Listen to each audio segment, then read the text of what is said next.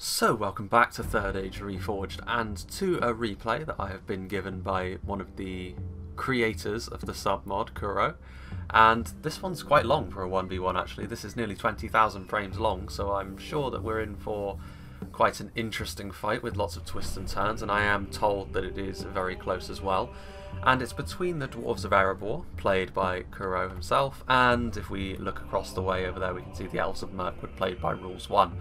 And this is an interesting matchup actually, because it does kind of play to the strengths and weaknesses of both factions in many ways. Obviously with Mirkwood, the number one thing to be concerned with is their archers, but if there's any faction that can withstand such a barrage effectively, it is the Dwarves, and the Dwarves of Erebor, of course, there's a lot of armour and a lot of shields in play when you talk about the Dwarves.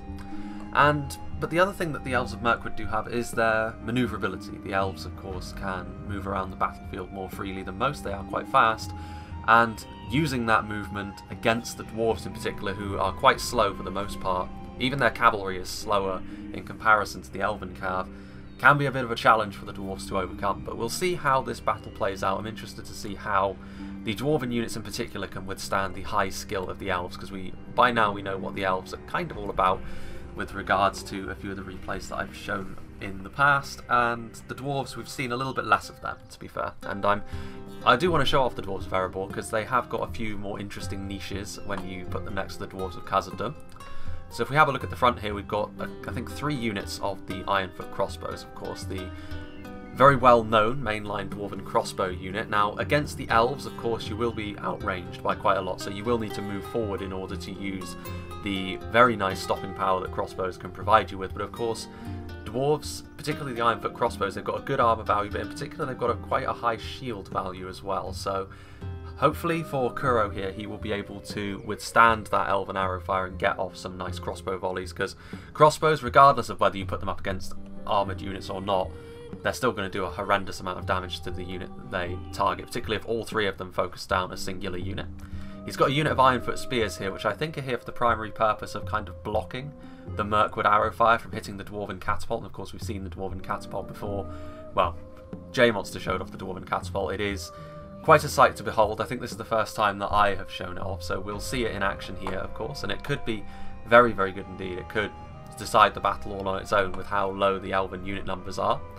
We also have a full complement of Ironfoot warriors, of course. In the past they were, well, in the previous patch they were, in my eyes, the best mainline infantry unit in the game. That has changed a little bit now because everyone is good at different things, so you can't really quantify it quite so easily anymore.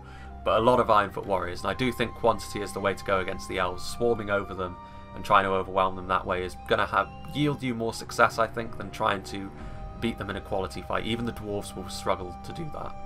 And then back here we also have the Dwarven Nobles, who have the model of the Ironfoot Guard with the black shields now, so they've changed it a little bit. That is the General's Bodyguard unit, and then in behind them I think we have 2 units of the Erebor Legionaries. Of course, previously the Erebor Infantry. They are essentially the more elite version of the Ironfoot Warriors here, so quite similar in many ways to the 3rd Legion, only they are more expensive and slightly better. I think that's how it will be going. But of course the Erebor Legionaries, they're going to be the slightly more elite unit here that Kuro is going to be using to try and anchor his line, which is going to be needed against the Elves, because the Ironfoot Warriors will not do the trick in this situation. And then as we move over here we can also see that he's got some mercenary cavalry, so again some nice melee cav, which will be able to ward off the Elven Lancers, provided they aren't outmaneuvered, because they are slightly slower than the Elven Lancers, I believe. And then if we move over to here, as I just overshoot them, we've got another unit of mercenary cavalry. So I think that their texture hasn't quite been finished yet, but they will have, of course, it's been mentioned before that all the mercenaries will have a decal on their shields based upon which faction they are fighting for at the time. So obviously this will be a Dwarven one. We've seen the Umbaran cavalry in the past have that as well. So now we shall move on to the Elves, I should say, to Mirkwood. And Rules has set up his Hiri Peng here at the front. Now, they won't do quite as much damage as they would to a faction who's lighter on armor and shields, but they will still do a lot of damage, especially if he picks his targets. I mean, he's obviously going to be trying to go for the catapult, I feel, because the catapult could inflict grievous amounts of damage very quickly onto the Elven line. So if he focuses that down, that will be his first target. But he's also going to have to be wary of a pretty quick advance, I think, from the Ironfoot Warriors, if that is how Kuro wants to play it. Back here we've also got some Hathel and Erin, so that's going to be they are the slightly lower tier swordsmen, so think about the Eldar Makar of Imladris that I've shown off in the past. It's going to be very similar to that. But again, I think it's an interesting matchup that they will have to do because they don't have AP damage, so they're going to have to get through the Dwarven armour. They do have the skill advantage over the Dwarves, and I think that is going to help hold the Elves in pretty... It's going to help hold them in good stead in this matchup, I think. I think they will be able to go toe-to-toe with the Ironfoot Warriors and come out on top. However, they do have to deal with the Erebor Legionaries as well, which I think will be beyond the Hathel and Erin. And then as we move back, we can see that we have an Elven Catapult, so this actually could be very bad for the Dwarves, because the Dwarves are more known for tighter formations, and one nice Catapult volley, just as it could with the Elves, could inflict a very nice hit onto some of the more critical Dwarven infantry units. And I think the primary reason for bringing this Catapult, though, will be to try and snipe out the Dwarven Catapult, which is really the main threat for Rules, I think, based on the army that Kuro has brought, because he certainly doesn't have the cavalry advantage over Rules. If we have a look at some of the very hard to pronounce Mirkwood cavalry, so we have the Ir Abranon and Nandorin, or Nandorin I should say. It's going to take me a long time to get used to these bloody names that they've given to Mirkwood. But yes, this is previously the Elder Kingsguard, I should say. Very strong in the past. They are still very powerful. They do still have multiple HP. Not quite as ridiculously overpowered as once they were. And they don't really want to be getting caught in any sort of crossbow volleys. But 1-to-1, they will be the strongest cav unit on display today. And then as we move over here, we will also see the Roykabin and Amon Lank, who are the Elder Pathfinders, of course. Quite fragile, it must be said, but very nice shot cavalry. If you can keep them moving, if you can get them into a critical position, and movement really is going to be the Elves' best friend here, I think, because the Dwarves are not going to be able to catch up to them, particularly in the cavalry department. But also infantry-wise, if the Elves so choose, they could retreat. Obviously, it's worth saying Mirkwood clearly has got some hidden units. If I know Rules, he's got some hidden rangers that he's got hidden in the back for the late game. He's almost certainly got the Elven Javelins as well. That's almost a must against the Dwarves. And there goes the Dwarven Catapult, going straight for the Elder Palace Guard, it looks like. And they do actually land a decent hit. If we look over here, though, going in here, yeah, they are trying to snipe out one another's catapult, it would seem. Don't think it's the best use of Kuro's time to be doing that, to be honest with you, because based on how the Dwarven projectiles work, it seems like it would be way less accurate at trying to sort of snipe out the Elven Catapult. Definitely want to be going for this chunkier group over here. I mean, maybe with the extra projectiles it will actually do good, because I mean, one of those catapults has fallen away. Shows what I know. But if it were me, I would have been very tempted to go for this tightly packed group of Hir Peng and High Elven Mirkwood infantry. It would definitely make it more uncomfortable for Rules, because he definitely doesn't have the... Based on the kind of army he's picked, he doesn't really have the license to go forward and be too aggressive, otherwise he's just going to get enveloped by the Dwarves. You can see that at the moment it's an artillery fight. An artillery fight which the Dwarves are winning, as is correct, I think.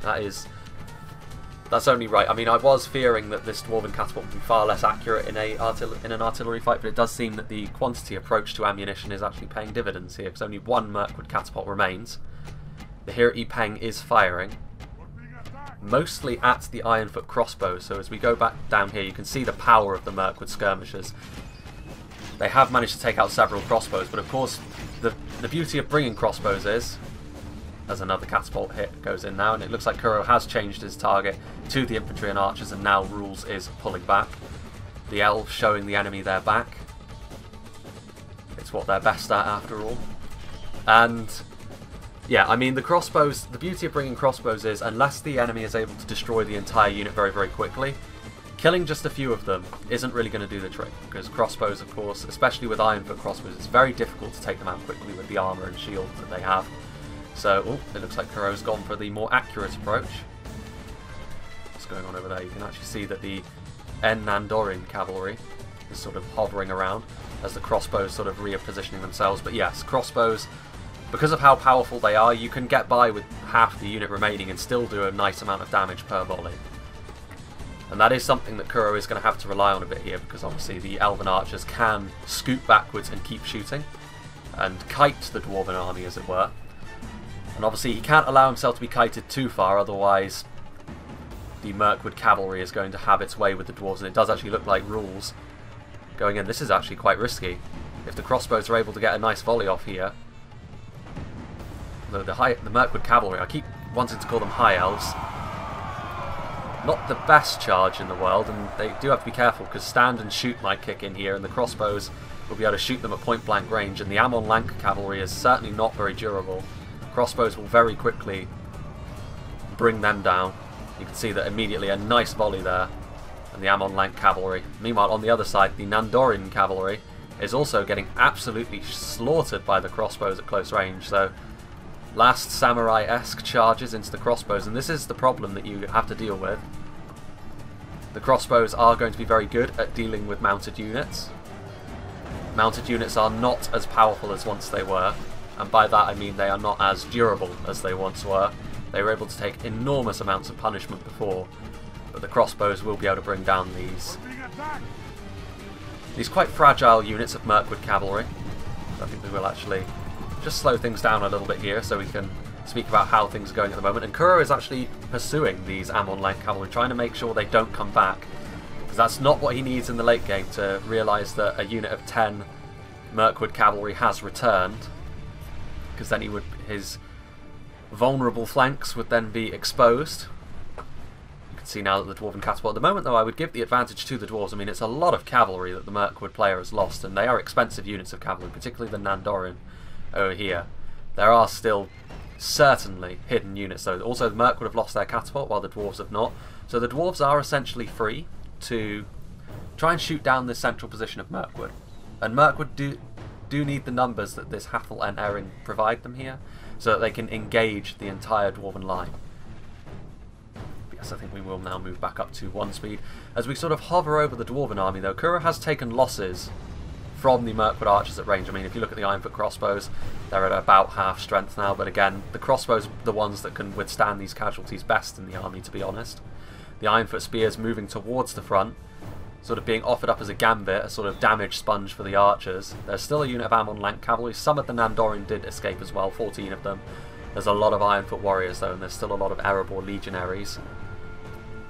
These catapults need to get some nice hits off though, because I do still maintain that the Dwarven infantry will not have, the bulk of the Dwarven infantry will not have the better of the Hathel and Erin in melee. I think they will lose 1-to-1 with the Ironfoot warriors will lose this fight, I think. The Erebor legionaries won't, but there aren't enough Erebor legionaries to cover the whole line. And this is bearing in mind that Mirkwood also certainly have hidden units somewhere.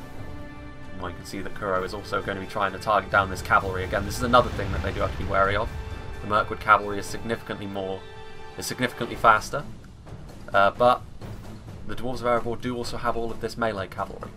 So there's a bit of a lull in proceedings here, because both sides want to skirmish as much as they can before engaging in the infantry fight. The Nandorin are over here. You can see that Mirkwood no longer can afford to get into a cavalry fight. I think if it was both units of Amon Lank and the full complement of Nandorin, if they managed to get some favourable charges off, they'd probably beat the units of mercenary cavalry. But as it is now, they've taken far too many losses, and any sort of engagement will be going the way of the Dwarves. The Erebor cavalry, I know people are a little bit suspect about the goats, but the Erebor cavalry is pretty powerful in this patch. I mean, if you wanted to go for a more mounted approach to Dwarven combat, you could do it, but it is risky again because the goats are slower next to their equivalents. Dwarves are not exactly rapid. You can see that the Nandorin are also sort of pulling across over here, 14 of them. It's very... You can tell both players are sort of trying to get the best engagement, because as soon as they're engaged, especially the Dwarves, if they pick a poor engagement, they can't get out of there. I mean, the Elves can, because they are faster. They will be able to retreat from an engagement if they need to. Oh, actually, what is this over here? We have a unit of hidden rangers. Well, they aren't rangers at all, actually. They're the Aetirith and Amon Lank, previously the Elder Royal Guard, so one of the two really powerful archers that Mirk would have available to them, and they are really going after the mercenary cavalry, trying to even out that mounted fight a little bit more, for which I don't blame them at all. If they can cut down some of that mercenary cav, they will be able to use their healthy unit of Amon Lank and their slightly battered unit of Nandorin to charge into the Dwarven ranks and really thin out a lot of this Dwarven infantry. See the Amon Lank on the other side. Nandorin just positioning themselves. I think the crossbows are out of ammunition at this point. Crossbows don't have nearly as much ammunition as they used to, so they probably have expended their ammo at this point. You can actually see that this Hiri Peng is marching into position. They've pulled out their swords. Neither player is eager to fully start the infantry fight as of yet. But I would still give the advantage in the early game to the dwarves. I mean, it's 15 to 15, but there was a part of that 15% that the elves lost was their Nandoran cavalry. So that's definitely not the kind of loss they wanted to receive. This Hiri Peng, with a bit of a suicidal charge into the dwarven lines, they're going to find themselves very quickly outnumbered, and indeed they rout almost immediately in the face of the Ironfoot warriors. The Amon-Lank archers out to the flank, the mercenary cavalry. Very much in our favor. If we remain true and steadfast, victory will be ours. Mercenary cavalry trying to pressure the flanks of the elves. I mean, if it's worth it just to try and uncover the hidden units that are clearly still there. I mean, there's surely, and indeed there is, the unit of Amon-Lank on the other side that has been uncovered, along with the cavalry. I mean, at this point they would probably charge headlong into these archers, or will they? They're going to be taking fire from this Mirkwood archer force, and they're going to be negating the shield value by hitting them in the backs as well. The Amon-Lank moving forwards. This Hiri Peng is routing. Trying to finish them off, I wonder? This is good play by Kuro so far, though. I like it. Going recklessly into a fight with the elves can result in you losing a lot of men very, very quickly. But I think he's weathered quite a lot of the storm to come. I mean, I do still think that the elven javelins, when they arrive, will, because they're surely in the background hidden somewhere, will be able to dish out quite a lot of punishment. If we remain true and steadfast, victory will be ours. Oh, and the crossbows are not out of ammunition. They are now firing once again. Firing into the Hathel and Erin, thinning out the Mirkwood infantry line. There's only so many men Mirkwood can afford to lose before this becomes slightly unwinnable for them. You can see here that the Ironfoot Warriors' balance of forces has even matched victory, actually, a distinct possibility now against the Hiri Peng. That will probably change. The Hiri Peng, I think, will be able to beat the Ironfoot Warriors in melee, simply because it's not really the kind of foe the Ironfoot Warriors like to go up against, this sort of highly skilled infantry, which the Hiri Peng can act as one. The catapult crew is charging forth into the Amon-Lank archers, and they're about to be flattened by the Nandoran. Or Nandoran. You know, these names. Why? What was wrong with them before? The Ironfoot Warriors moving forward. The catapult crew is obviously just going to get swept aside. The Ironfoot Warriors trying to get into the Aetirith and Amon-Lank, just trying to stop the Mirkwood archers from firing into the flanks. Again, not all of the dwarves have committed just yet. The Ironfoot Warriors are moving backwards. The mercenary cavalry getting a nice rear charge onto the Hiri Peng. Where is the Mirkwood cavalry, I wonder? They're out there, out wide, out to the flanks, while the dwarves still have their crossbows. The Amon-Lank cavalry can't really afford to get too close. Meanwhile, the mercenary cav is being targeted down by the Amon-Lank archers out to the flanks. These Hathel and Erin have taken some pretty grievous losses at this point. Mirkwood need to be careful they don't lose too many men, because in terms of quality they certainly have what it takes to beat these Ironfoot warriors, but there comes a point when they don't have enough men left to get the job done.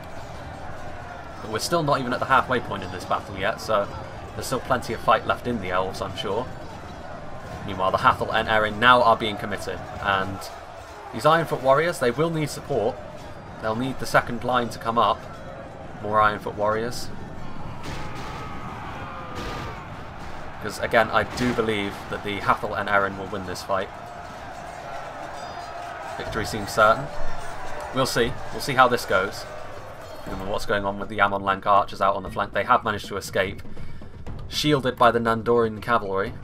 And I don't believe... Well, there goes the catapult crew. What happened to the... Oh, well, the Ironfoot warriors changed their target and are instead going along to the side of the elves. The Hathel and Erin are actually not beating the Ironfoot warriors, so I guess I was wrong. In the middle they are, where they've got more numbers, but where they're more spread out, the line is too thin. But more importantly, these Ironfoot warriors over here are about to have a bad day, because what's left of the Nandoran cavalry is about to come in and rear-charge them, which will probably even this fight out a little bit more. They are a little bit more spread out than the cavalry would like, and there aren't enough of them left to get the full power of that charge. Meanwhile, the Amon-Lank, the Hathel and Erin, again, they're being overloaded. They're just being overwhelmed in terms of numbers over on this flank. The Amon-Lank out on the flanks, still firing. What they're hitting, I'm not sure. I mean, yeah, they're going after the crossbows still. I think at this point, Mirkwood has put a lot of their ammunition into these crossbows, and they're still online. True and steadfast, victory will be ours. And this is the virtues of playing the dwarves. A lot of your skirmishers will be able to withstand this punishment quite a bit. If you play some of the Kingdoms of Men, some of their quote-unquote armoured archers will get absolutely melted by elven archer lines. Meanwhile, you can see that the Erebor legionaries are now moving forward. Here in the middle, where the elves were victorious, they're now going to have to deal with a slightly more elite unit of infantry. I would still worry about the dwarves' rear lines with this cavalry though, because the Nandorian, there are still 11, well there's 10 of them now.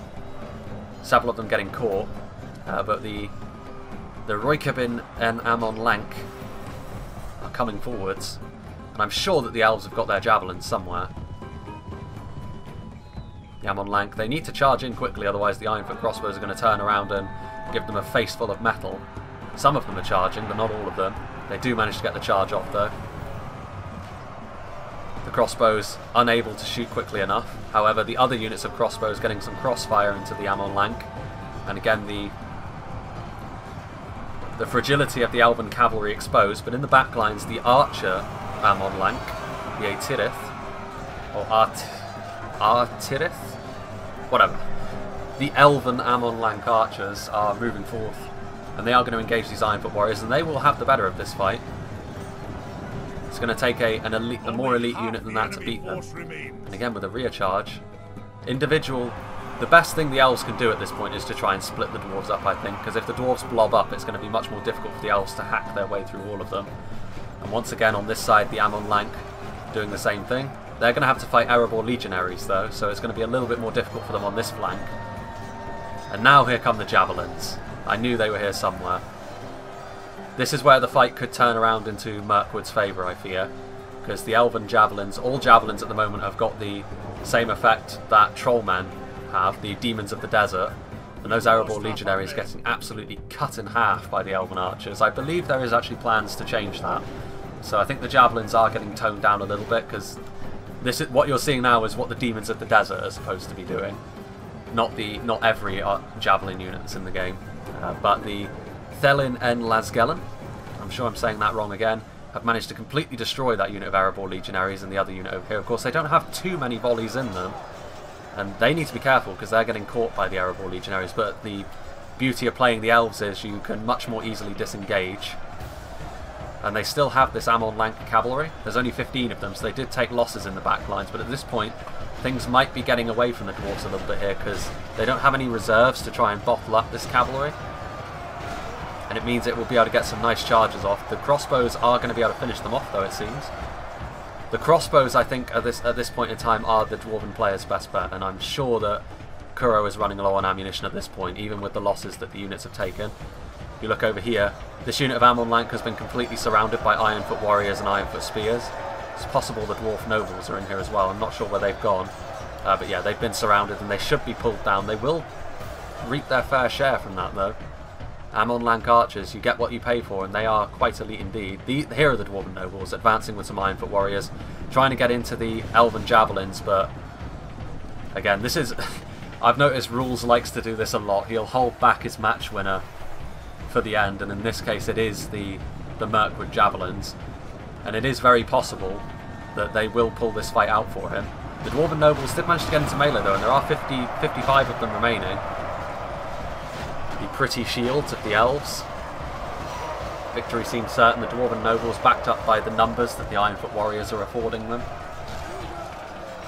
And yeah, I'm wondering if the elves are out of ammunition, or if they do still have ammunition, I'm sure they will retreat and fire their payload. You can see over there that the Elven javelins still doing their thing, and in the middle the Hathel and Erin were victorious against the Erebor legionaries with the help of both the javelins and the cavalry. So again, I think that the Ironfoot warriors did do better than I was expecting, because I have come to expect a little bit more out of units that are based on skill, based on what I've seen so far, but the Ironfoot warriors did do very well against the Hathel and Erin. If it not for the javelins and the cavalry, things might have gone differently there in the middle. And you can see that I think this is the same unit, they're just running to catch up, going to try and save that unit of Amon Lank. There's not much in the way of crossbows left. There's this unit of 56 here in the middle that are still firing. They're shaken though. The 3 Amon Lank cavalrymen are still here. The catapult crew trying to get in there, trying to cease the firing of the crossbows. 'Cause if they can do that, the elves have definitely got this wrapped up, I think. I mean, the Dwarven nobles are still a power play, Still a very powerful unit that they're going to be able to use. These Elven Javelins over here, I can only assume they're out of ammunition. Getting cut apart by the Dwarven Nobles, although the Amon-Lank Archers will come in and reinforce, and there won't be many Dwarves left over from this engagement, I don't think. Certainly not to affect the battle too severely. There goes Thranduil. The Nandorian cavalry has lasted a long time, all things considered, considering they got battered very early on. Hathel and Erin going to be victorious here in the middle against the Erebor legionaries. The crossbows firing point blank. Going to be shooting into what's left of that Elven Javelin unit. The Lasgallen. I'm not sure I'll ever get used to the Elven pronunciation. I do better with the Umbar pronunciation, for God's sake. And here we have the Ironfoot crossbows. So they, I think, are the hope for the Dwarven player at this point. He does have a cluster of infantry over here. The Javelins did a lot of damage over there, though, as they move backwards. I have to say, a unit that I'm kind of disappointed in from this fight was the Erebor Legionaries. They definitely didn't make the impact on the front line that I think they probably needed to against a pretty low tier unit, honestly, in the Hathel and Erin. Relatively speaking, you pay more for the Erebor Legionaries, and they didn't exactly make the difference here on the front line. It might be down to the Dwarf Nobles, and indeed you can see them over here. Does this unit still have ammunition? That's the question. The Elven Javelins, are they going to charge into the rear? There are still 50 Dwarven Nobles left alive. I'm not sure if Mirkwood has the power to bring them down in melee anymore, if they still have Javelins. Winning the battle. If we continue like this, we will smash the enemy. Well, they are ahead by 1 percentage point, and they do have the most elite unit left on the field in the Dwarven Nobles, so yeah, it looks like the Dwarves might be able to pull this out, because I don't think the Elves have got any Javelins left alive. They're able to finish off, well, that unit of Javelins is largely gone. This unit of Lasgallen over here is just sort of waiting in reserve. The Ironfoot crossbows are wavering. It looks like they are going to be broken by the Amon-Lank Archers. What about over here? How are the Amon-Lank doing? Well, not too badly, but they're still going to lose. There's still too many Ironfoot warriors around them. So yeah, it looks like the Dwarves are going to be able to pull this out. What do we have here? Still 48 Dwarven Nobles. They're going to be moving into the Hathel and Erin. Still quite a lot of Hathel and Erin over here, though. I'm sure I'm saying that wrong as well. But again, I don't think there's enough of them to make too much of a dent in these Dwarven Nobles. Multiple HP, heavy infantry unit, a General's bodyguard. The General for the Dwarves is still alive. There he is. Dane in his slightly pink armour. Over here, there's some Ironfoot warriors tying up this Amon-Lank. And over here, I mean, I am curious to know if this unit of Javelins has still got ammunition left. That definitely looked like it was going to turn the battle around for a moment. If they have just one more volley, that could be all it takes. This battle is very finely balanced. Here we still have some Amon-Lank. Back over here we can see that the unit of Ironfoot crossbows is caught in melee with what's left of the Mirkwood catapult crew. And over here, the Amon-Lank have managed to do really well in a situation where they were completely surrounded by Ironfoot spears and warriors. You do get what you pay for, after all. Meanwhile, the Hathel and Erin. Oh, and the Javelins do still have ammunition. A nasty volley into the Dwarven Nobles. And now they can kite them away. The Dwarves now. This is very, very close. Just 1 percentage point in it. The Amon-Lank going to be able to chase off those Ironfoot warriors. That unit of Javelins over there could be the key to Mirkwood's victory here. Meanwhile over here the Hathel and Erin are going to be able to tidy up what's left of the crossbows. I'm pretty sure they were out of ammunition anyway, or at least they'd be very low. Over here the Amon-Lank is finally going to be pulled down, but they've wreaked a bloody cost over here. There's a lot of dead Ironfoot. There's the Thelin and Lasgallen, the potential match winner. The Dwarven Nobles going to be trying to get into battle, I think, with the Hathel and Erin. Again, at this point, in this kind of situation, the Dwarves are not going to be able to catch the Mirkwood Javelins unless they wish to be caught. And that's only going to be when they've expended their ammunition, and I'm not sure that the Dwarves can withstand too much more of this. The Ironfoot spears routing. Those Ironfoot warriors are shaken. I'm not sure if that was their last volley. But even so, the damage they did to those Dwarven Nobles, that might be enough to turn it around. Although I can't help but feel as though the Ironfoot warriors break, and those Amon Lank ultimately were able to hold out long enough for reinforcements to come. And that's just another unit that Merc would have available to them now. Although based on the fact they're charging into battle against the Dwarven Nobles, I do think they are out of ammunition. So we shall see. The Dwarven Nobles able to very quickly polish off the Hathel and Erin. The Amon Lank getting into battle as well. Although the Amon Lank do need to get a bit of a better angle, I think. Probably going to finish off the Erebor Legionaries. Was that crossbow fire? Yes, the crossbows do still have a bit of ammunition. There's one Amon Lank cavalryman still alive. There's a routing catapult crew. I mean, at this point I would probably place this in favour of the dwarves. I don't think that these elven javelins are going to have what it takes in melee to finish off the dwarf nobles. They do still have that one cavalry unit.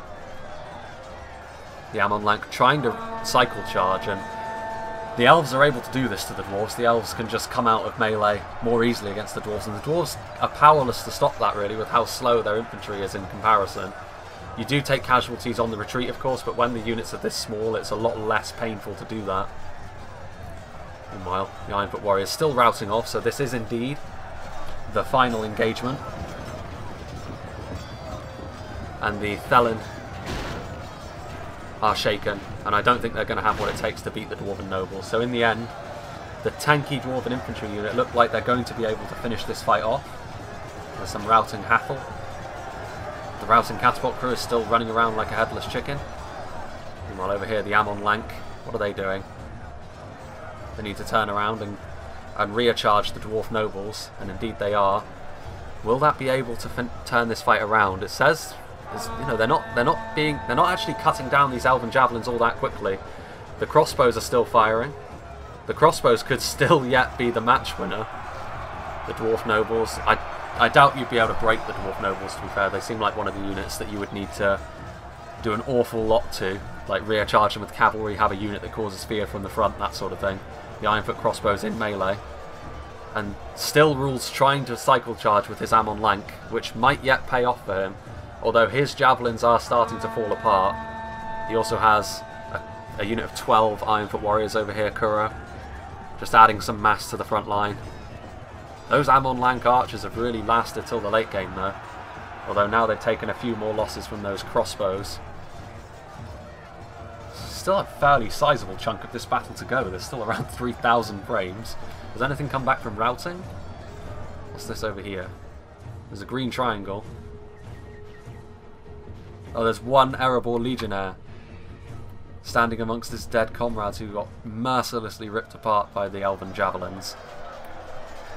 This has been a very interesting fight actually. It's been a pretty good exercise in what the elves' weakness is, I suppose, in that if it's harder for their archers to gain a purchase on the enemy army, then they start to be a little less scary to fight. And I do think that is where Rules struggle a little bit, because I don't think he had too much of an answer to the Ironfoot crossbows. It was always going to be very difficult for him to bring them down from melee.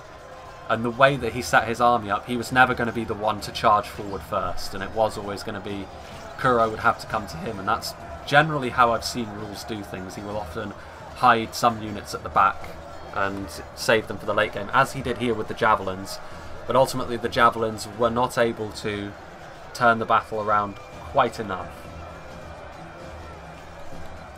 Meanwhile the Dwarven Nobles, if we just bump this up to 2 speed, there's Dane with his mighty warhammer as they surround these elves individually, and yeah, the elven army at this point has started to fall apart. But of the two dwarven factions, I will say that I do certainly prefer Erebor, simply because they have the much stronger cavalry presence on the field. The Ironfoot Hammer Guard are pretty lethal. I'm actually quite surprised we didn't see them in a way, simply because a nice charge would have been all they needed to break several elven units like the Hathel. But also I can see why he didn't bring them, simply because they are significantly slower than the Wood Elven cavalry. And this army obviously worked, so it shows what I know. The Dwarven Nobles managed to pull this out, so a single tanky unit. I'm not sure whether Rules could have maybe got by targeting things that were not the Ironfoot crossbows, but then there wasn't really much in the Dwarven army that he could have used his archers on to particularly strong effect. Is very much in our favour.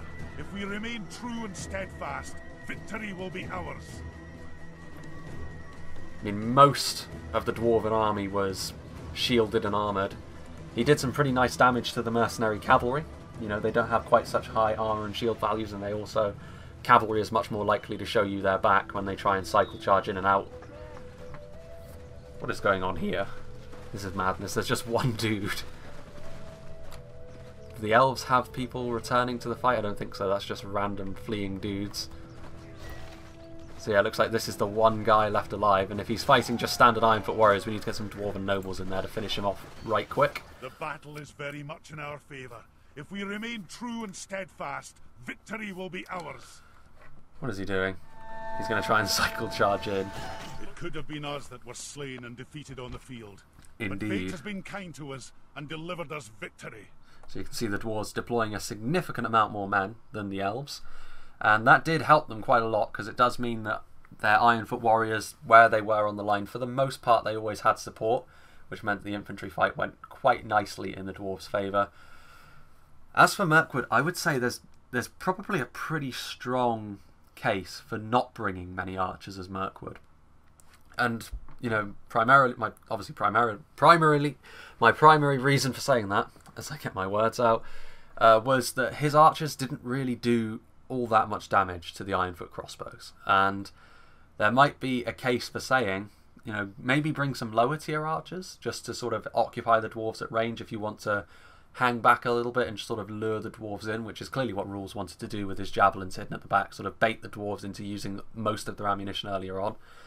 But maybe going for a more melee-centric army, because the elves, with how highly skilled they are, will be able to knock down quite a lot of the lower tier dwarven stuff more easily, I think. I mean, the armour might stand in their way a little bit, but for the most part, for the lower tier fights, I would give the advantage to the elves. Obviously, the higher tier, it's a little bit more tricky to work out, simply because the dwarves do have much higher armor values. And yeah, it was an interesting fight. I mean, I do think that maybe Mirkwood going a little bit more infantry focused may be the thing to do. I mean, that is kind of unheard of for the elves. Most of the time when I've seen the elves fight in the current patch, it's been pretty hefty archer presence, and the infantry is just there to hold the enemy in place as you shoot them from a distance. But the dwarves in particular are going to be able to stand up to that much better than most other factions. And the elves have got plenty of really nice infantry that you can use. I mean, I'm not sure what horrendous name they've given the Elder Palace Guard now, but it might have been a case for bringing them, maybe to hold your line together, because then you would have a answer to the dwarf nobles in melee. I think that the javelins were obviously a very nice pick for Mirkwood. I think that they did a lot of damage when they were deployed, but ultimately they didn't have enough ammunition, because at that point I think the damage had already been done. I mean, early on, the amount of cavalry, you know, that's a lot of money that's just gone down the drain when you see that much cavalry die to a crossbow volley. But let's have a look at what really did the damage for Kuro's army. Obviously the dwarven nobles are really grinding out in the late game there for 150 kills. The crossbows getting varying amounts of kills across the board. This is one that was probably focused down by the majority of the archer fire. The other two, though, managing to stand up well. One unit surviving till the late game, of course, getting 234 kills. One unit of mercenary cavalry was nothing but a damage sponge, and the elves managed to shoot them down nicely. The dwarven catapult had the best of the early game artillery fight as well. I mean, if the elves managed to win that, if the elves had sniped out the dwarven catapult, that would have been disastrous for the dwarves, because then the dwarves would have had to come forward and had to have been more aggressive against the elves, and then the cavalry for the Mirkwood would have come into it a little bit more, I think. The Ironfoot warriors doing decently across the board. I mean, if you look, they were never really going to get tons of kills against the elves, let's be fair, but one of them got 80, which is not bad. The Ironfoot spears were really just a shield, as it were. You know, they were there much more for their ability to soak up pressure than deal damage. The Erebor Legionnaires not really doing a huge amount. I mean, one of them only got 9 kills. That was the one that surely got gunned down by the javelins. But the others, they didn't really get that much more kills than the Ironfoot warriors. So maybe not the best.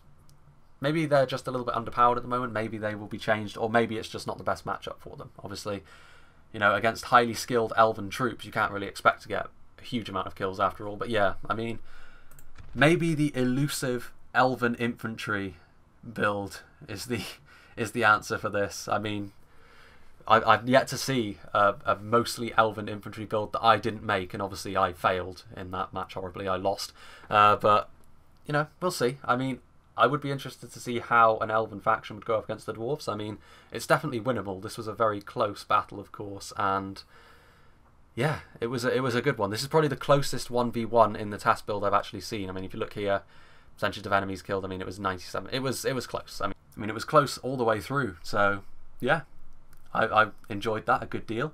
It's nice to see the elves get their just desserts for once, and yeah, I hope you enjoyed this, and I hope you'll join me for whatever is next.